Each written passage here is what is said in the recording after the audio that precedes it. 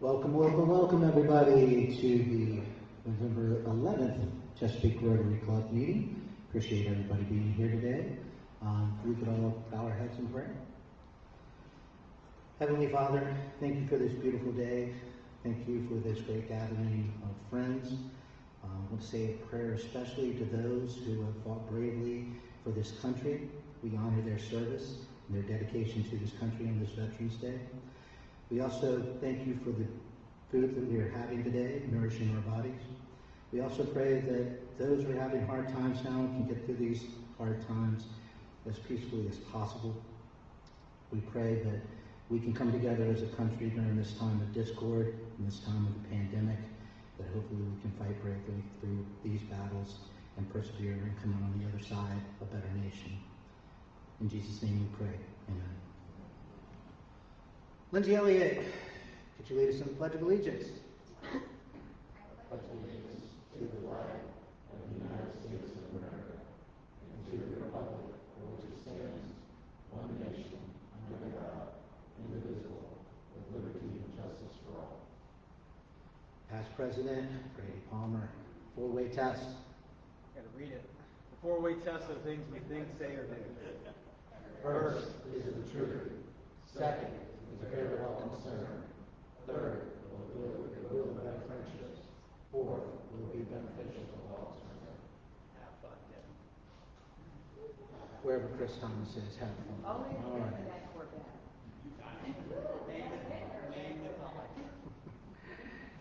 Sergeant at Arms, Chuck Wilson.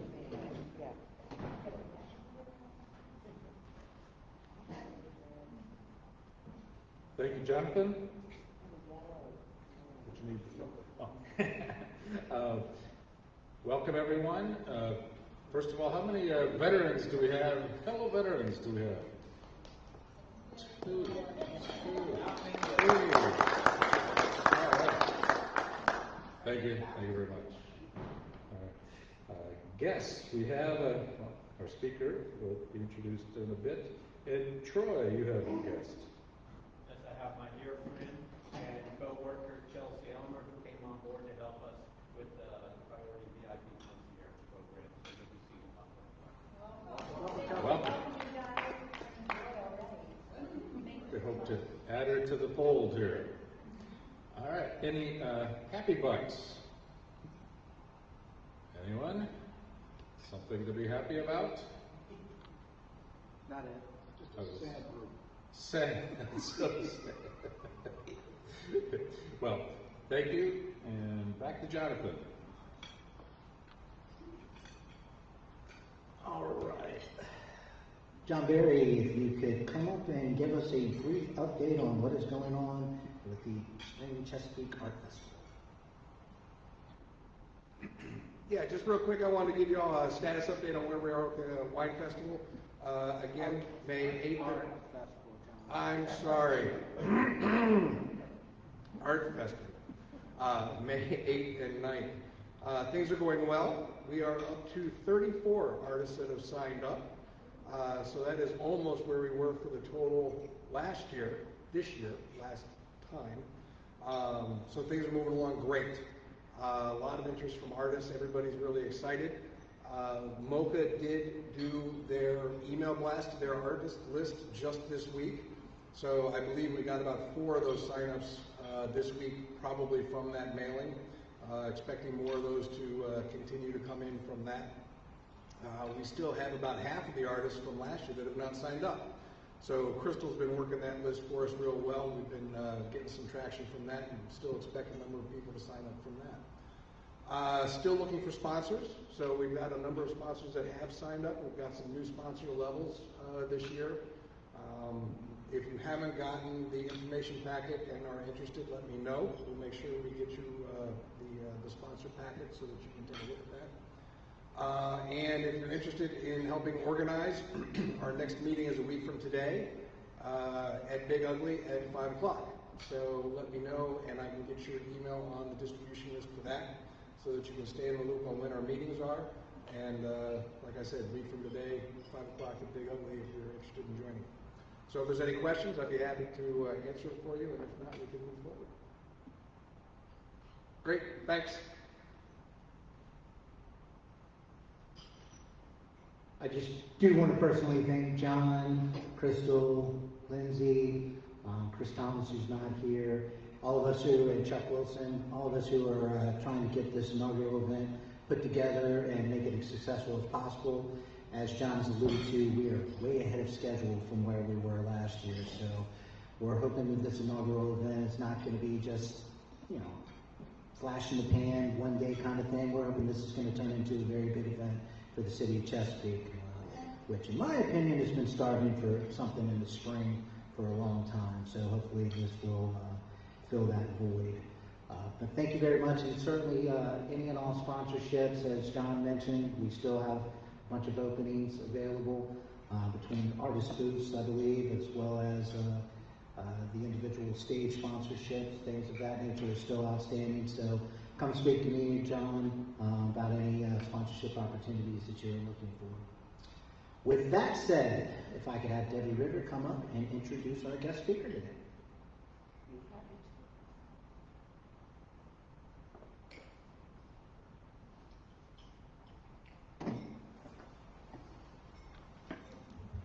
I always enjoy being able to do introductions and try to look for a little bit different way to introduce our members to our speakers.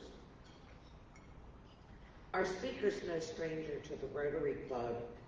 In fact, in 2019, he was our Educator of the Year for the City of Chesapeake.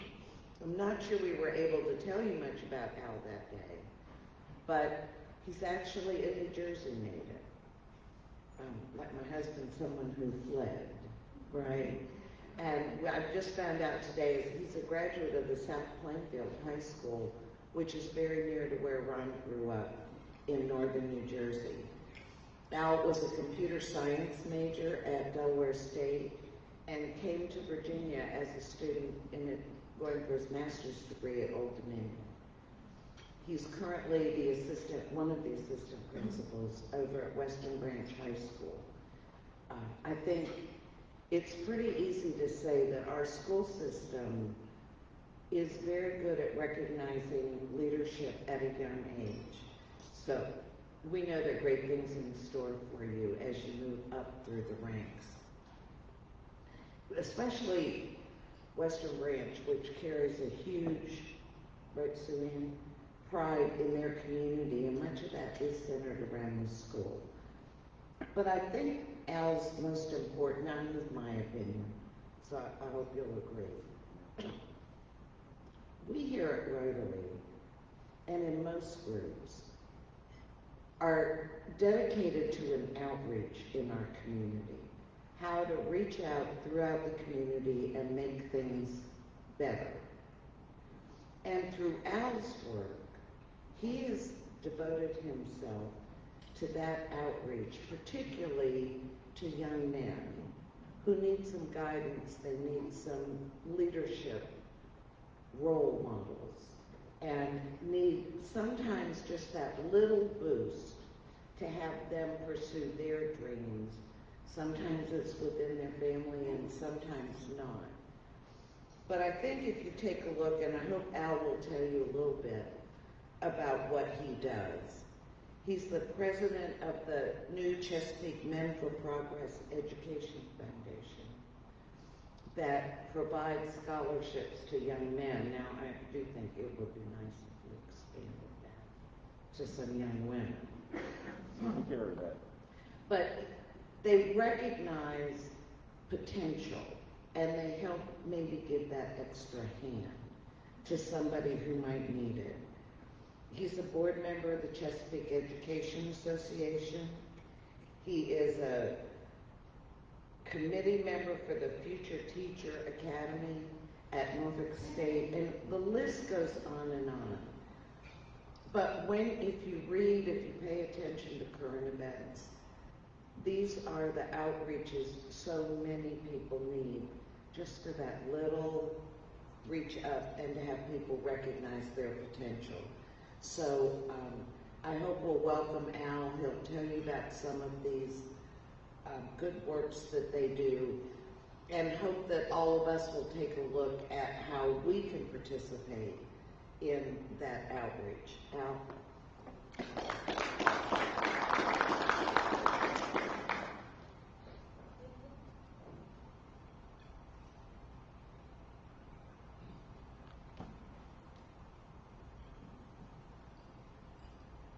Good afternoon, everyone.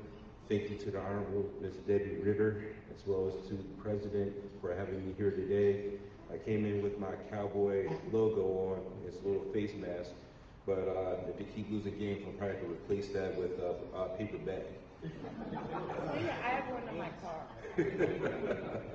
So again, it's my esteemed pleasure to be here today. And again, I sent a thank you card last year, but I want to say thank you to the organization for nominating me and having me as your 2019 Educator of the Year. It's indeed my pleasure. Now, with that being said, I was going to keep it kind of brief. I'm a former math teacher, so I know when your eyes start to glaze over, either I have to give you the test or say, okay, that's all for today. So I will keep it as brief as possible and just give you a few facts. As I said, I've been working with Chesapeake Public Schools for almost 25 years. First originally as a math teacher and now as an administrator. And it's my pleasure to work with these young children. I've been throughout the city, well, everywhere except the Oscar Smith zone, but Indian River, Western Branch, Hugo Owens, everywhere, Hickory Middle School, everywhere in the city outside of the Oscar Smith zone. And I've come across a lot of students, and it's been my esteemed pleasure to work with the students. My main priority and goal at Western Branch High School is attendance and truancy. So some people kind of think of me as the bad guy, but really I'm here to help students. Not all students are going to go to college. I have to find alternatives for them to be successful. One of the things I've done, and the reason before I came here today, I was working with the Social Services Division, Mr. Porter and 5 other young men, and we helped spread mulch throughout the arboretum. So if you go to the arboretum, located in the Greenbrier section of the city, it's beautiful. They do a great job, and we try to give back by doing some mentoring and things of that nature. So thank you to Mr. Porter and those 5 young men this morning. Now, in particular, let's talk about the new Chesapeake Men for Progress. I always want to make sure I'm cognizant of my time because I'm very, respectful of your time. We're a 501(c)(3). I'll give you a brief history and overview of this organization. It was originally started about 12 years ago by the former Mayor Dr. Bill Ward. He started it. He was the first president, and when he passed away, I was originally the treasurer, and now I became the president of this organization. So I'm trying to walk in his footsteps, which are very huge, but I want to make sure that we do what's best for the city. The foundation's mission is to provide educational scholarships, mentoring services, and other educational programs to all the youth of the city. And this speaks directly to what you were talking about, Ms. Councilwoman Ritter, Ms. Ritter. We originally started with just providing scholarships to African American males, but we have to be more inclusive for all the students in the city of Chesapeake. So of course we devote 21 scholarships to the top 3 African American males in each high school in the city of Chesapeake. And then they get a range of $250 to $1,000, and that's every year. But we've expanded that this year to include trades. As I said before, I'm a former math teacher, but I have to realize not all students are going to go to college. Every student should have the opportunity to go to college if they so choose, but you could be successful doing other things. So I'm a big fan of the apprenticeship program that they have over in Newport News. So this year we awarded a $500 scholarship to a student from Indian River High School to go into the trades program. So that's one thing that we've expanded. Also, we've expanded to also include young ladies. Now, I understand the importance of being a mentor to men, but young ladies need mentors too. Probably not me, but I can do it. But so we're expanding our scholarships for that.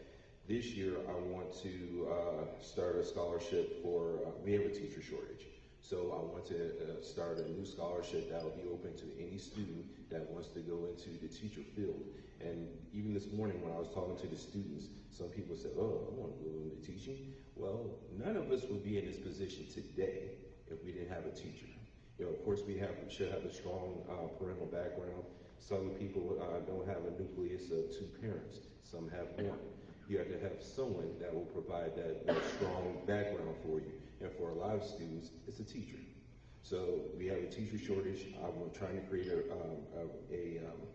scholarship, and I want to partner with the Chesapeake Education Association with that, so we could open that up to everyone. So there are many scholarship opportunities that are available. We so far have given out, we've honored 247 students over the 12-year period, and then we've given out over $135,000 in scholarships. So, you know, again, like I said, we're a 501(c), so we're not for profit, but we are in the black, you know, in terms of budget wise. And 96% of the money that we take in goes directly to the students in the city of Chesapeake. So, you know, I didn't pull up in a brand new Cadillac or wait a minute, I do have you know, I know your priority. I know you said priority, and I overheard the Corvette. I am a Corvette man, but you know, I didn't pull up in a brand new one. So, thank you, I appreciate it. So again, 96% of all money that's brought in goes directly to the students in the city of Chesapeake, and our books are wide open. You know, anyone can see our books. You know, we do not do anything that's funny.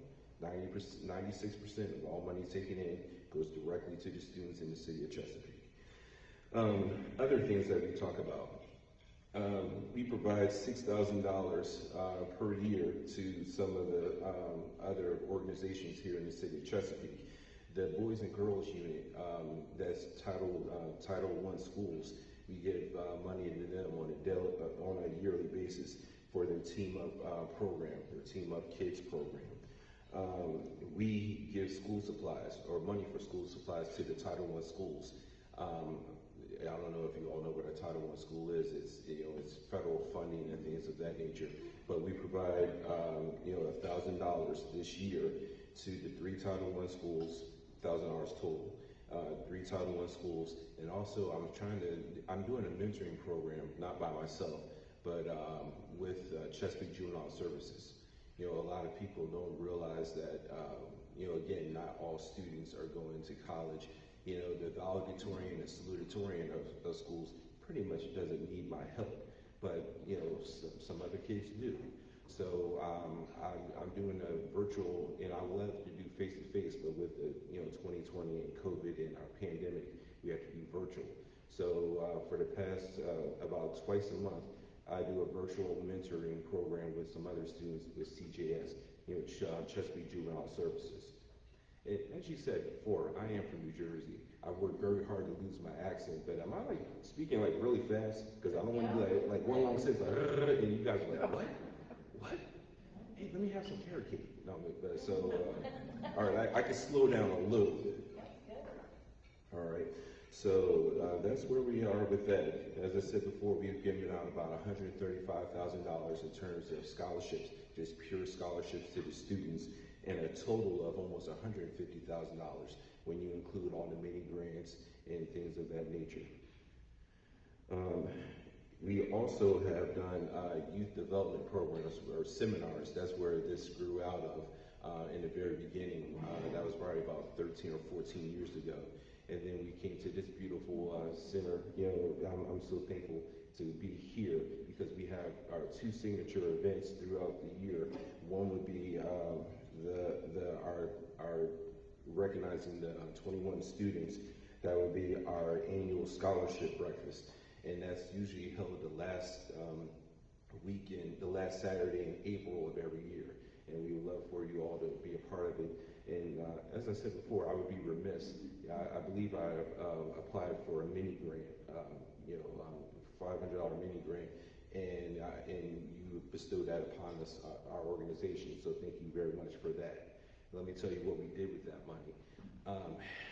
We have to sow the seeds in youth. You know, I get them mainly in high school, but we have to start earlier than that. So we started to recognize middle school students. So with this 21, and I know that's the program, hopefully you can see it close. But yeah. All right. But we have we recognize the 21 students, the 3 top African American males of every high school. But in addition to that, starting last year, we also recognized the top student in every middle school. So there's 7 high schools, but there's 10 middle schools. So every the top middle school student selected by their principal was recognized here, and we give them a medallion and then like a $50 honorarium. But with the other kids, we'll give them either $250 or $1,000. And well, with today's prices, $1,000 will get you maybe about 3 or 4 books, but it's better than nothing.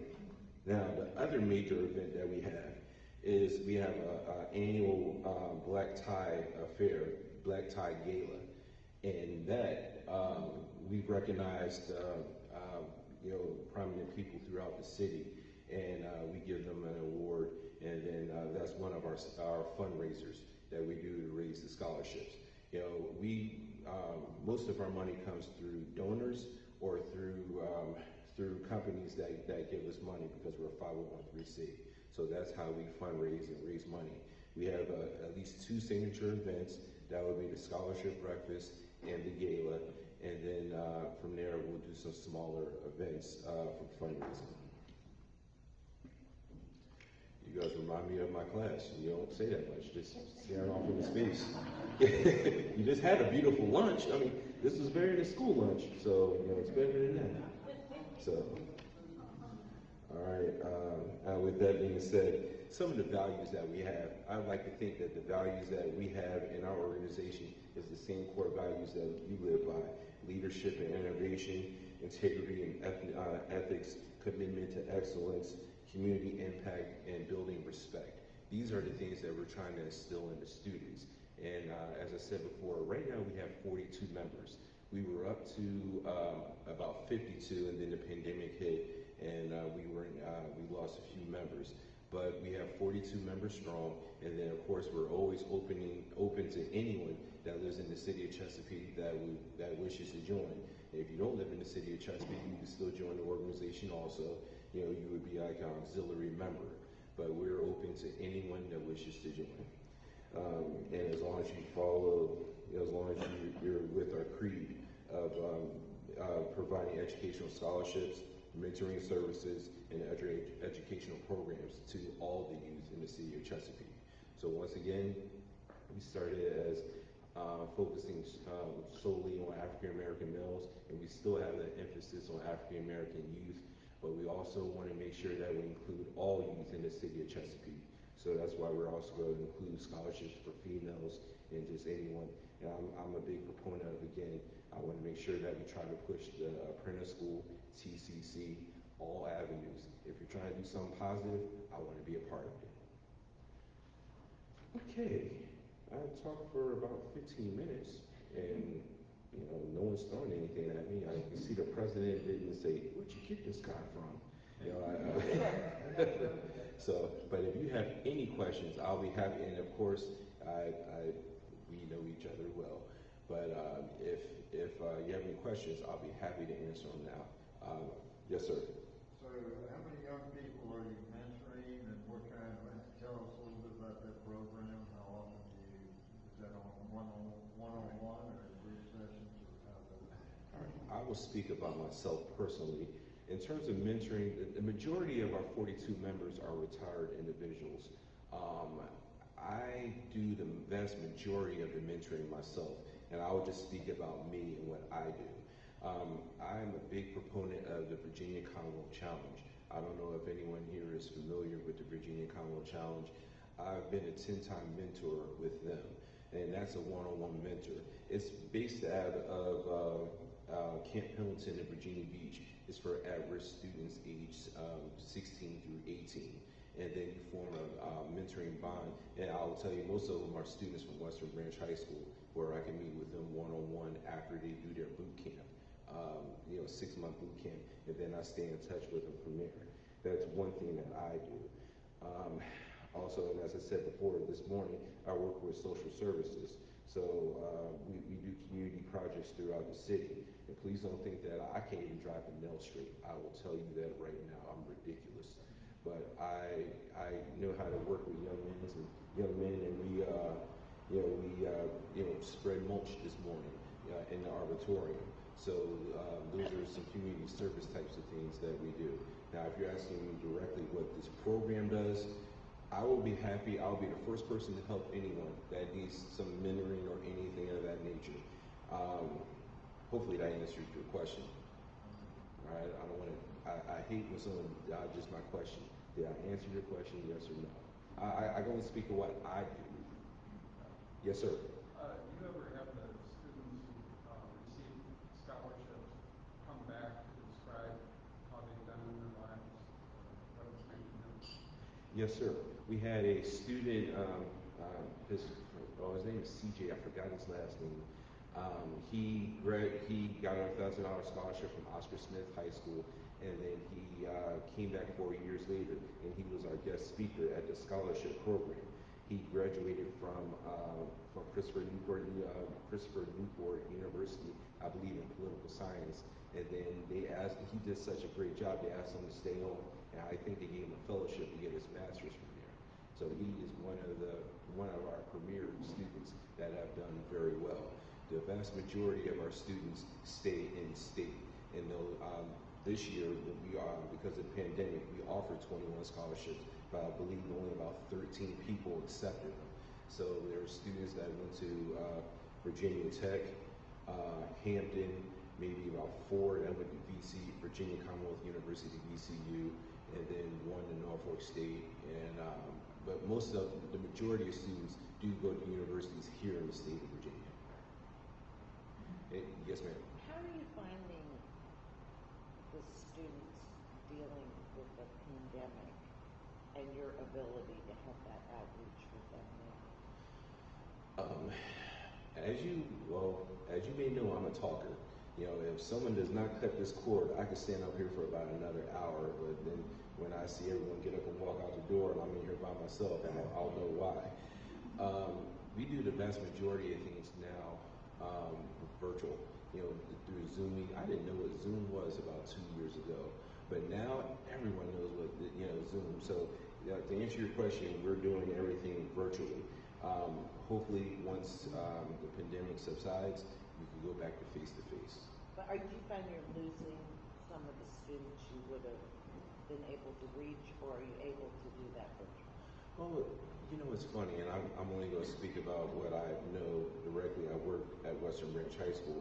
Some of the kids are very happy to be back in the building, but in the lunchroom, they're still sitting at tables texting. And I'm like, hey, why don't you talk to that person instead of text them? I don't know, I'm old. I like talking to people. That makes some of us pretty old. Yeah, and thank you for calling me young earlier. I was like, wow. Thanks for correcting me. You had to do it like that. Jeez. This isn't so much as a question as a comment. You mentioned you didn't know if we were aware of Title I. Some of you're probably not aware, we do here in the club is our Coach for Kids program. And it started over 20 years ago with Thurgood Marshall. It's expanded now, so correctly, 6 or 7 Title I schools. Our goal is one day all 10 Title I's, but we provide coaches to the needy children by working with the guidance counselors. So we're doing that right now, trying to, and COVID's impacted that at our typical fundraising, but we do have a relationship with Title I schools. Elementary and intermediate. Right. One, thank you very much, and I couldn't mention them by name. Thurgood Marshall, Carver Intermediate, George Washington Carver Intermediate, and Truett Intermediate are the 3 Title I schools that we're working with, as well as with, as I said, CGS, Chesapeake Juvenile Services. And I believe in working with people. It's a lot easier to work with someone than to try to reinvent the wheel. I'm telling you right now, our organization will work with you actually, I'll just speak for myself. I will carry any boxes of coats or whatever you need. I will help with that because we're all in this thing together to try to help the citizens and the youth in the city of Chesapeake. So I won't say I'll jump out there for the entire organization, but I'm telling you on camera, I will help you if you need help with that. We do Southwestern. That's one of our schools. Yes, ma'am.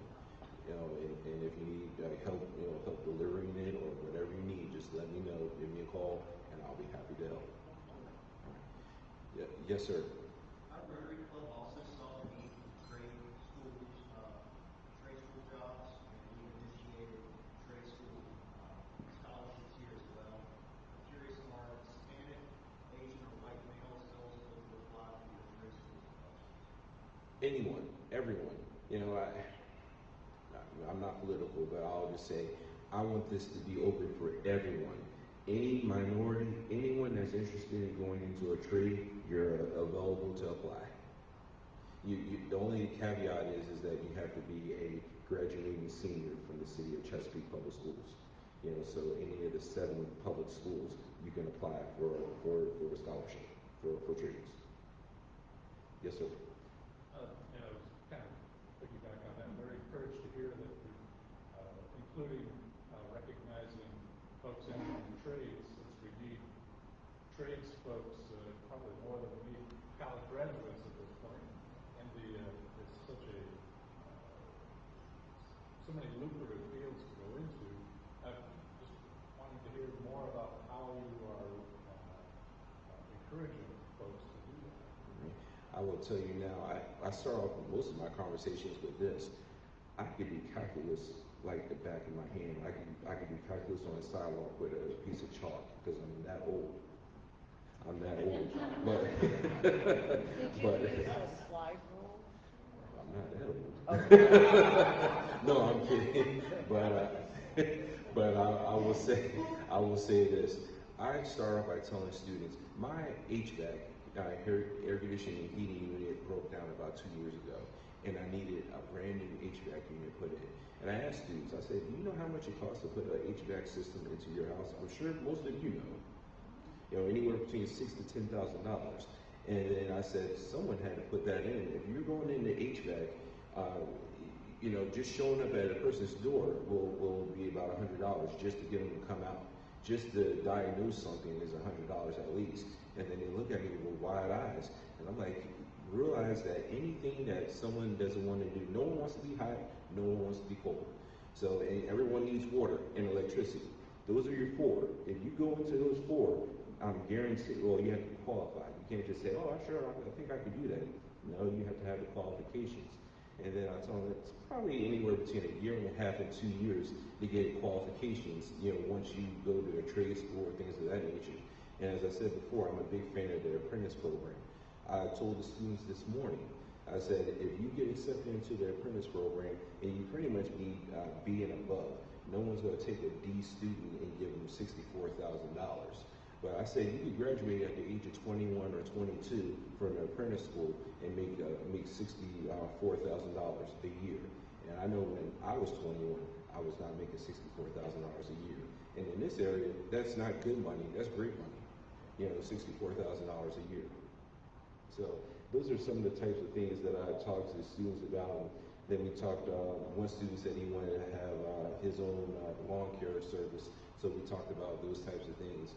I can always talk to students about, college and things of that nature. Don't get me wrong. I love to try to, as I said before, everyone deserves the opportunity to go to college. But I want to make sure that they have all the information and then they can make their own choice.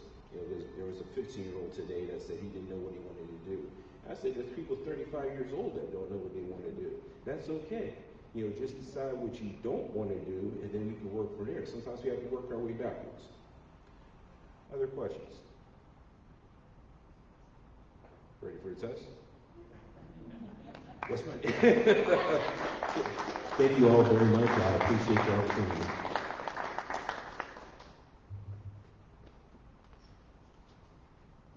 Hey, Jonathan, when do we have our delivery date for those kits yet? I was just going to say, I talked to Gardner this morning.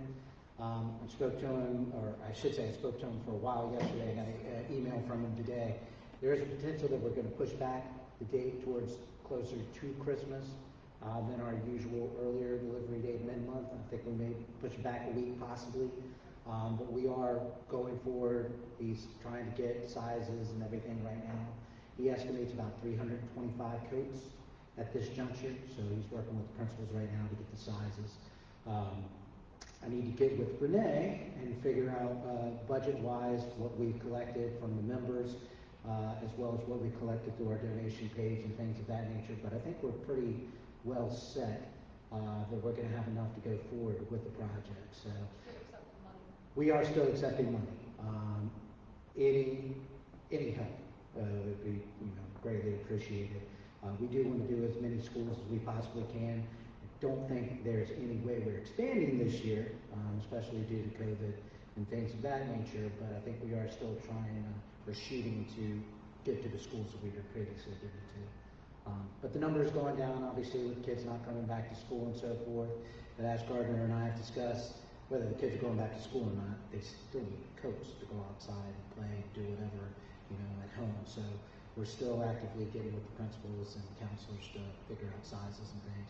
But he gave me an update today of the estimated number of coats. But we're going to try to firm down a specific date for delivery. I know Al said he would be helpful in delivering these coats. I don't know whether we're going to be able to get the mass group that we've done in the past due to COVID restrictions. So that's another logistic we'll have to work out on what our delivery method's going to be and what we can do. So all of these things are in the works, but we are pushing forward with it. Al, thank you very much. We definitely appreciate you coming here today.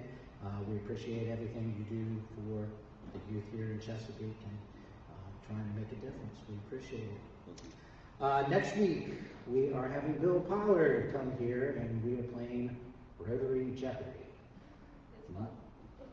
Sue Ann's the only one, I guess, who could speak to this, whether it is fun. So I will take her word for it.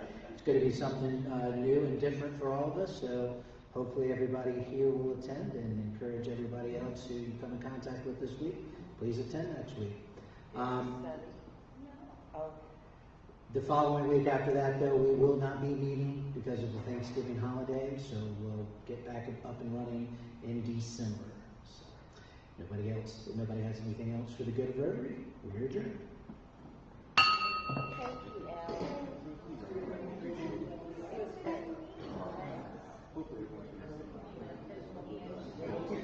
Thank you, Al.